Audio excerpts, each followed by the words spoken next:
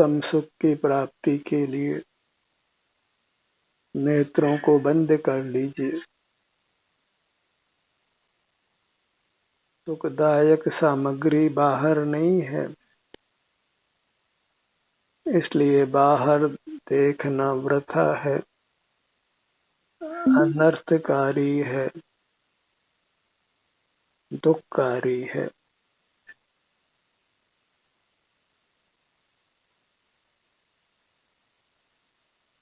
जीव की स्वयं की अपने अमूर्त काया ही सेवन करने योग्य महान पदार्थ है।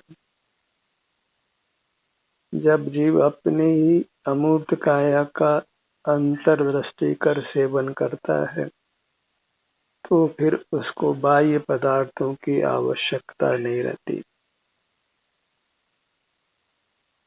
धन की आवश्यकता नहीं रहती और धन अर्जित करने के लिए ज्ञान अर्जित करने की आवश्यकता नहीं होती। वह स्वाधीन हो जाता है, सुखी हो जाता है। इसलिए अंतर्दृष्टि कर अपना मुख अपनी ओर कर अपना ही सेवन कीजिए। अपना सेवन वही सुख का सेवन। सकल परतंत्रताओं से मुक्त हो जाना है, उत्तम अविनाशी सुख पा लेना है। जीव भोगता है और स्वयं ही भोग्य है। इस प्रकार भोक्ता भोग्य का अभेद है और यही एक संबंध उत्तम संबंध है। शेष जितने भी संबंध हैं ये ज्ञायक स्वस्वामी कर्ता कर्म आदि अन्य द्रव्यों के साथ वे सब संबंध कल्पित हैं, उत्तम संबंध नहीं है।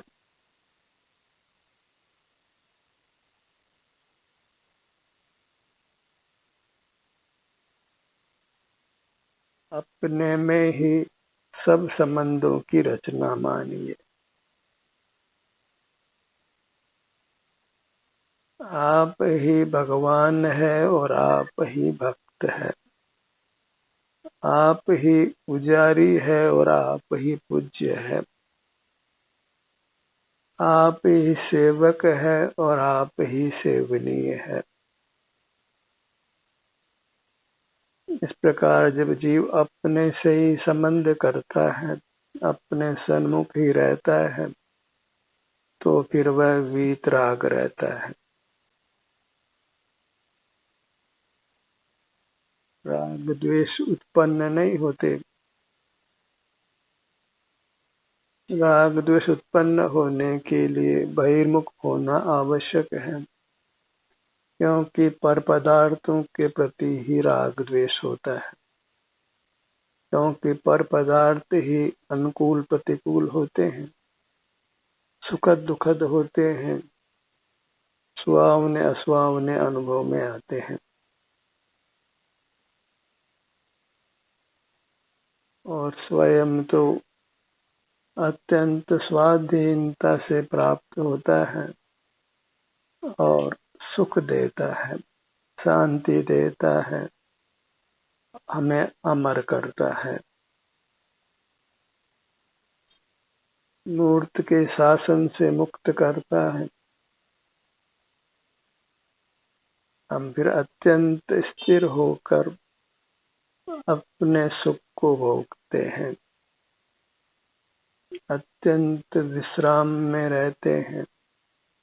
किंचित भी थकावट नहीं, किंचित भी वेदना नहीं, किंचित भी कसाई नहीं, किंचित भी पाप परिणाम नहीं, किंचित भी कोई दुर्घटना नहीं। न फिर धन की आवश्यकता रहती है, न ज्ञान की आवश्यकता रहती है। और हमें अपने उत्तम सुख का अनुभव होता है। हमारा सुख ज्ञान के अधीन नहीं है, धन के अधीन नहीं है, वह तो अपनी अंतर्दृष्टि से ही उपलब्ध होता है, बिना किसी श्रम के।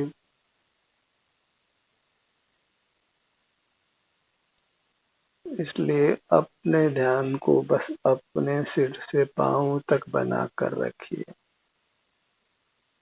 यही ध्यानाभ्यास है जिसका प्रारंभ कीजिए अत्यंत खुशी के साथ,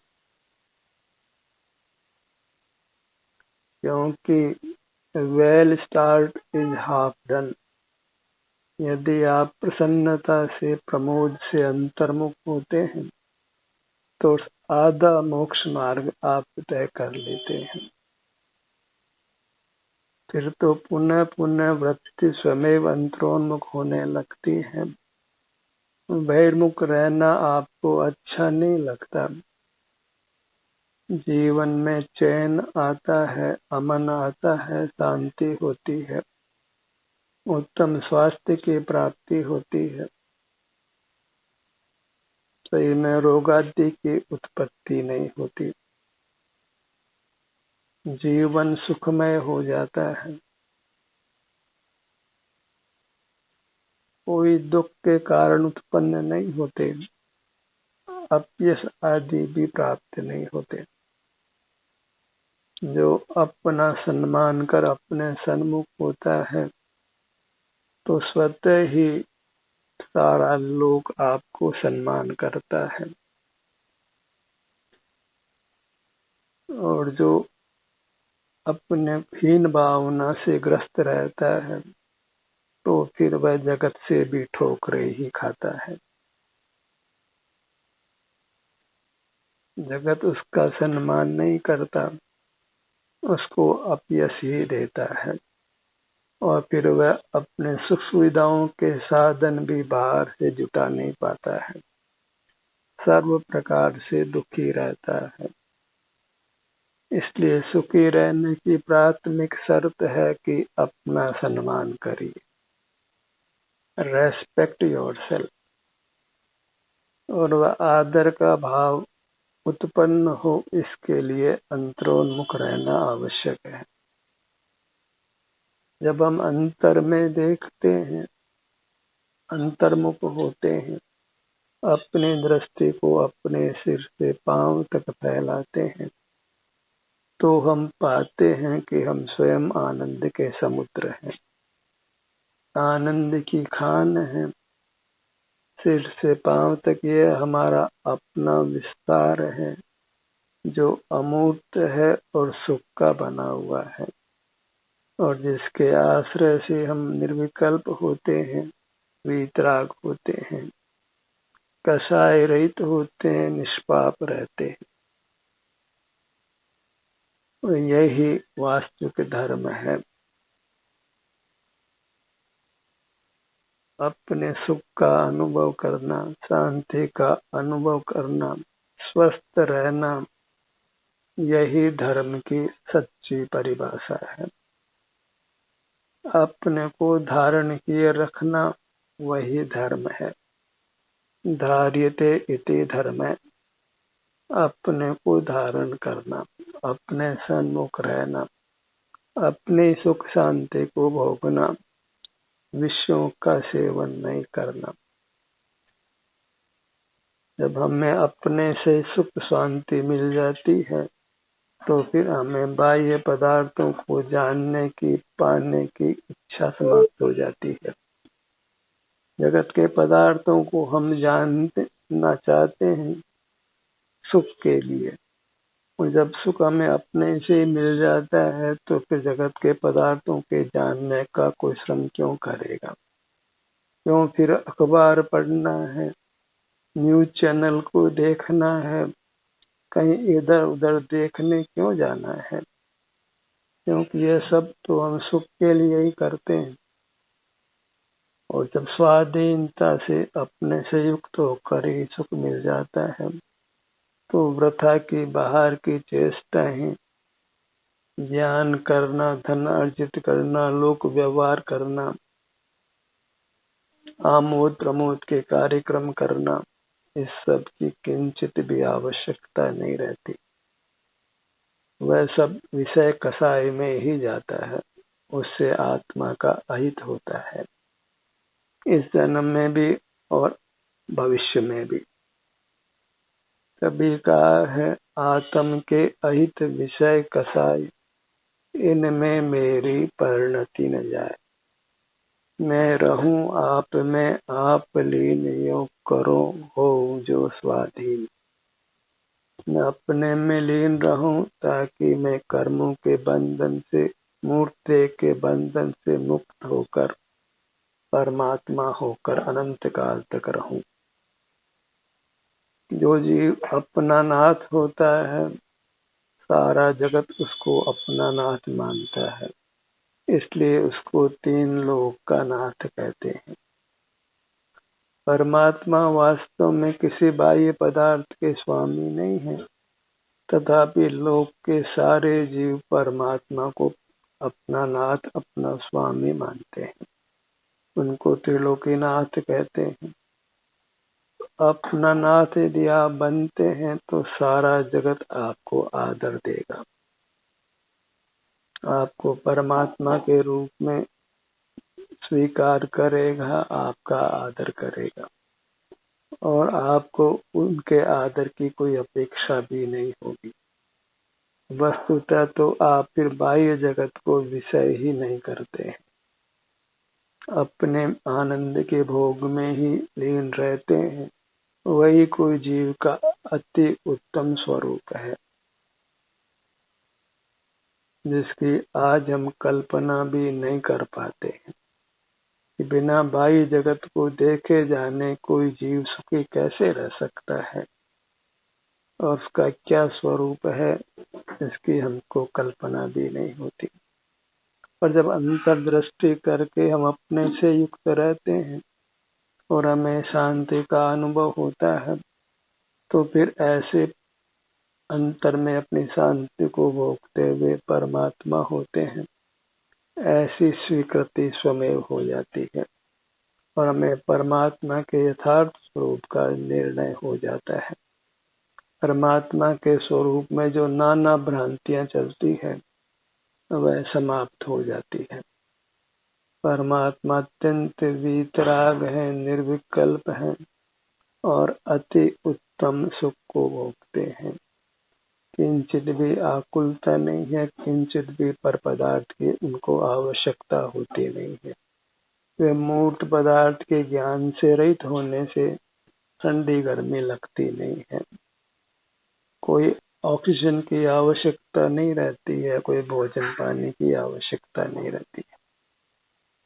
जहाँ सुख हो गया वहाँ सब कुछ मिल गया, और सुख ना मिले और सब कुछ मिले तो कुछ भी लाभ नहीं है। और सुख नहीं मिलता है तो फिर नियम से दुख मिलता है। अपने से युक्त होकर, माने सुख से युक्त होकर सुख को भोगिए। प्रथम तो यह निर्णय जरूरी है कि मैं स्वयं सुख हूँ। सुख नामक भी कोई पदार्थ होता है जो सुख का ही बना हुआ होता है, जो सर्वांग में सुख रूप ही होता है। भले कर्म जीव को नाना योनियों में जन्म देता हो, नाना आकार बनाता हो, पर जीव अपने सुख स्वरूप को खोता नहीं है। और जब भी वह अपने से युक्त होता है तो वह सकल कर्मों के बंधन से मुक्त होकर सुख का अनुभव करता है, क्योंकि आवरण मिट जाने पर अपना स्वरूप प्रकट हो जाता है, और अपना स्वरूप स्वयं को आनंद का अनुभव कराना है, स्वयं को आनंद देना है। अपने ध्यान को अपने सिर के भाग पर लाइए।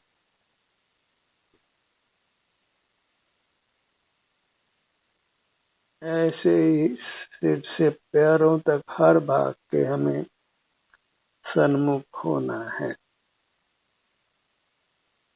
क्रम से हो अक्रम से हो, धीरे धीरे गति करें कि तेज तेज गति करें, इससे कुछ भी फर्क नहीं पड़ता है। फर्क पड़ता है जब अपने सन्मुख नहीं होकर पर के सन्मुख होते हैं। जब हम स्वयं ही पराश्रय करते हैं, पराधीन होते हैं, इंद्रिय ज्ञान पराधीन है, पराधीनता रूप है, पराश्रय रूप है। जब स्वयं ही हम पराश्रय करते हैं तो फिर अपने सुख से वंचित हो जाते हैं। स्वाश्रय में, अंतर्मुखता में तो हमें नियम से शांति का ही भोग होता है। परमात्मा का स्वरूप हमारे में प्रकट होता है। जैसे परमात्मा वीतराग होते हैं, निष्कषाय होते हैं, स्वस्थ होते हैं, सुखी होते हैं, ये सब लक्षण हमारे में प्रकट होते हैं। हमको भी शांति का अनुभव होता है, स्वास्थ्य का अनुभव होता है, हम निर्विकल्प होते हैं, वीतराग होते हैं। जैसे परमात्मा को किसी बाह्य पदार्थ की आवश्यकता नहीं होती, हमको भी तत्समय जब अंतर्मुख होते हैं तो किसी बाह्य पदार्थ की आवश्यकता नहीं होती। जैसे परमात्मा जगत को देखते जानते नहीं, ऐसे ही हम अंतर्दृष्टि होते हैं तो फिर जगत को देखते जानते नहीं। जैसे परमात्मा केवल सुख का अनुभव करते हैं, वैसे ही अंतर्दृष्टि कर हम भी सुख शांति का ही अनुभव करते। अपने ध्यान को अपने ललाट भाग पर लाइए।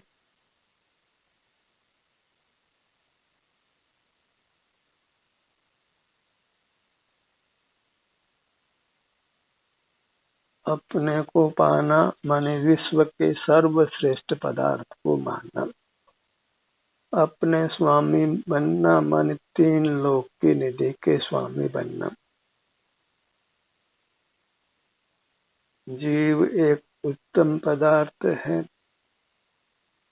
वही वास्तव में ग्राह्य है, उपादेय है। वही अंतरंग में परमात्मा है। कोई भी धातु अशुद्ध हो तो भी अशुद्धता मिटने पर शुद्ध ही प्रकट होती है।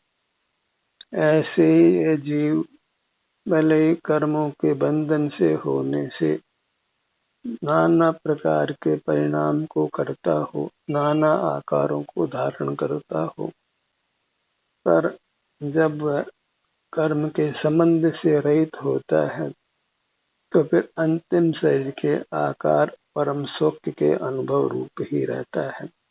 फिर उसमें कुछ भी परिवर्तन कभी होता नहीं, सदा एक जैसा ही आनंद भोगता है और जिससे अधिक आनंद कहीं लोक में होता नहीं है। अपने ध्यान को अपने भ्रूमध्य पर लाइए।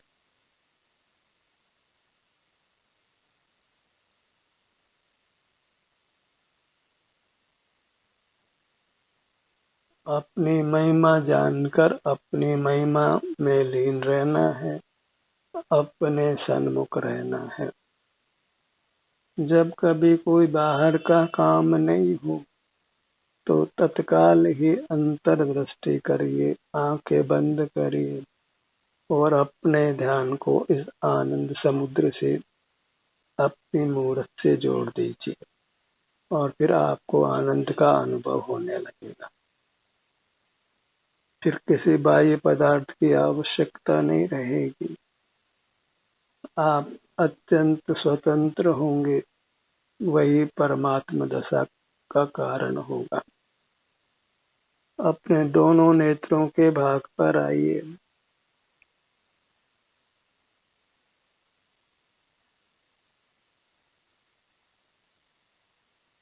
नेत्र युगल।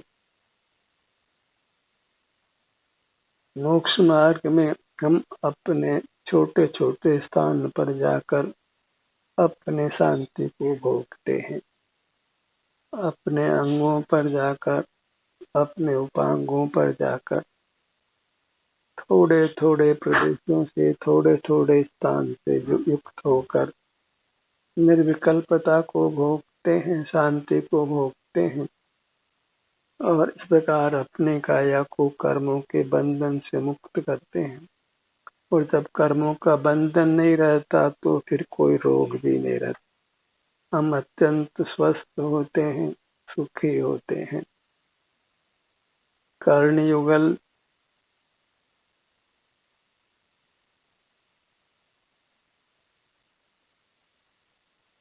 कोई पढ़ाई की डिग्री हमारे पास नहीं हो, नाना विद्याएं लोक में चलती हैं, उन सब का ज्ञान हमको नहीं होता है, तथापि जब हम अपना अनुभव करते हैं तो हम परमात्मा समान सुख को भोगते हैं। और वह भले लोक की कितनी डिग्रियों का धारक हो, यदि वह अपने सन्मुख नहीं होता तो फिर वह हम जैसा सुख कदापि अनुभव नहीं कर सकता है। भले ही वह बहुत ज्ञानपति हो, धनपति हो और लोक के जीव उसको यश भी देते हो। अपने नासिका भाग पर आइए।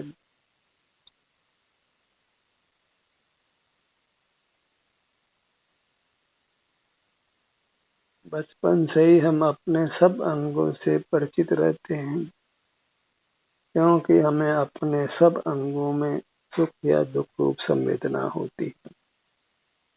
बस बहिर्मुख रहकर ही हम अपने अनुभव से रहित हो जाते हैं। बाल गोपाल सभी जीवों को यह परमात्म स्वरूप अपने काया अनुभव में आती है, पर विषय के सन्मुख होने से वे अपने सुख से वंचित रहते हैं। अपने ध्यान को अपने मुंह के स्थान पर लाइए, दोनों होठों का भाग।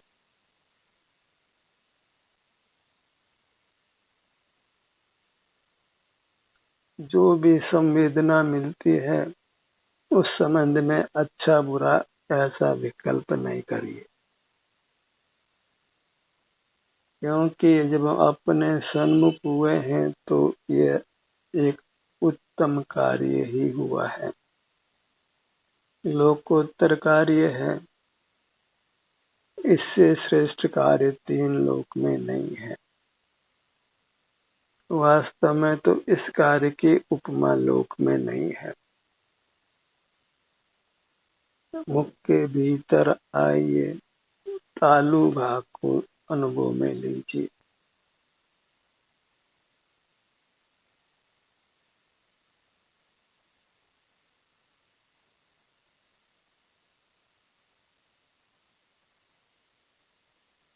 जितना भी समय हम अपने सन्मुख रहने में लगाते हैं, उतना समय हम स्वाधीनता से रहते हैं। न इंद्रिय ज्ञान का उपयोग करते हैं, न इंद्रियों के विषय सुख का सेवन करते हैं। इंद्रिय ज्ञान और इंद्रिय सुख जो दुख के हेतु हैं, उनसे हम अपने आप को बचा लेते हैं और अतीन्द्रिय सुख को भोगते हैं।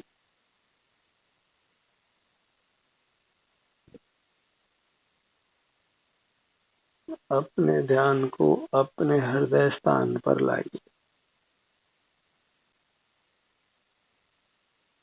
सीने के मध्य में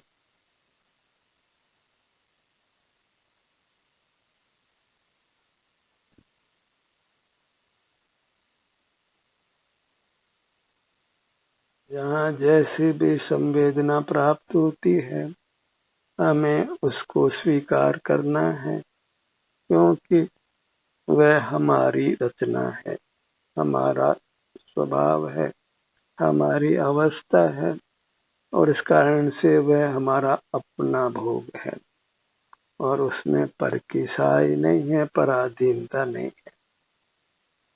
स्वाधीन कार्य का फल स्वाधीनता ही होता है और इससे हम स्वाधीन परमात्म दशा को ही प्राप्त करते हैं। अपने ध्यान को अपने नाभि भाग पर लाइए।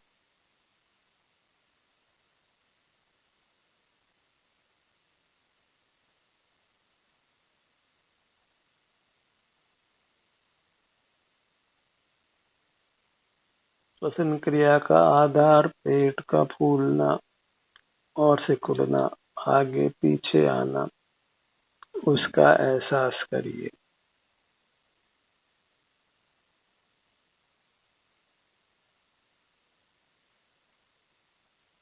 ये कार्यक्रम सुनने के लिए नहीं है, अपने अनुभव के लिए है, ध्यानाभ्यास के लिए है, अपने ही सिर से पांव तक अपने स्वरूप से युक्त रहकर सुख शांति भोगने के लिए है। और इस कार्यक्रम से अधिक कुछ आशा करना नहीं है, क्योंकि यही सर्वोत्तम कार्य है और इसका सर्वोत्तम फल है। और जब इसका संस्कार पड़ जाता है तो फिर हम अन्य समय में स्वाधीनता से अपनी मूर्त के सन्मुख रहकर अपने सुख स्वभाव को भोगते हुए सुख से रहते हैं। अपने स्वास्थ्य का बीमा करा लेते हैं, अर्थात फिर हमारा स्वास्थ्य बिगड़ता नहीं, रोग आदि का दुख सहन नहीं करना पड़ता है, दवाओं का सेवन नहीं करना पड़ता है, किसी चिकित्सक के अधीन नहीं होना पड़ता है, किसी परिजन से मित्रों से सेवा भी करानी नहीं पड़ती है, अर्थ की आवश्यकता भी नहीं होती है। सब प्रकार से आप स्वाधीन होते हैं, सुखी होते हैं। अपने ध्यान को अपनी दोनों भुजाओं पर लाइए।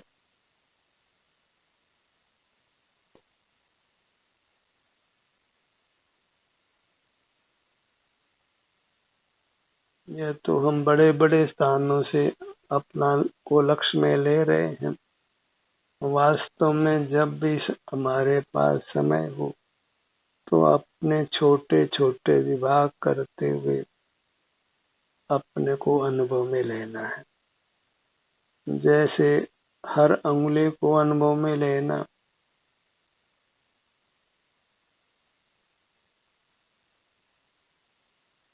जितने भी छोटे विभाग हम अपनी काया के कर सकते हैं वो करते हुए हमें अपनी संपूर्ण काया को लक्ष्य में लेना है। किसी भाग की उपेक्षा नहीं करना है, क्योंकि हमारा सर्व भाग हमारे आनंद दाता है और हमें अपनी पूरी मूर्त को अपने को कर्मों के बंधन से रहित करना है। इस मूर्त स्थूल काया में सूक्ष्म ऊर्त कार्मण काया है, तो हमें नूतन शरीर देती है, जो हमारे शरीर में अपनी स्थिति को नियंत्रित करती है। ऐसे सूक्ष्म कार्मण काय को हमने कमजोर करना है, क्षीण करना है और समाप्त कर देना है। ध्यानाभ्यास रूपी अग्नि में वह नष्ट हो जाती है और हमारा पुनर्जन्म नहीं होता। हम निर्वाण दशा को, परमात्म दशा को पा लेते हैं, फिर सदा एक रूप रहते हैं, दुख की कणिका भी नहीं रहती है। ध्यान का ये सत्र यही समाप्त होता है। आपकी सहभागिता के लिए धन्यवाद।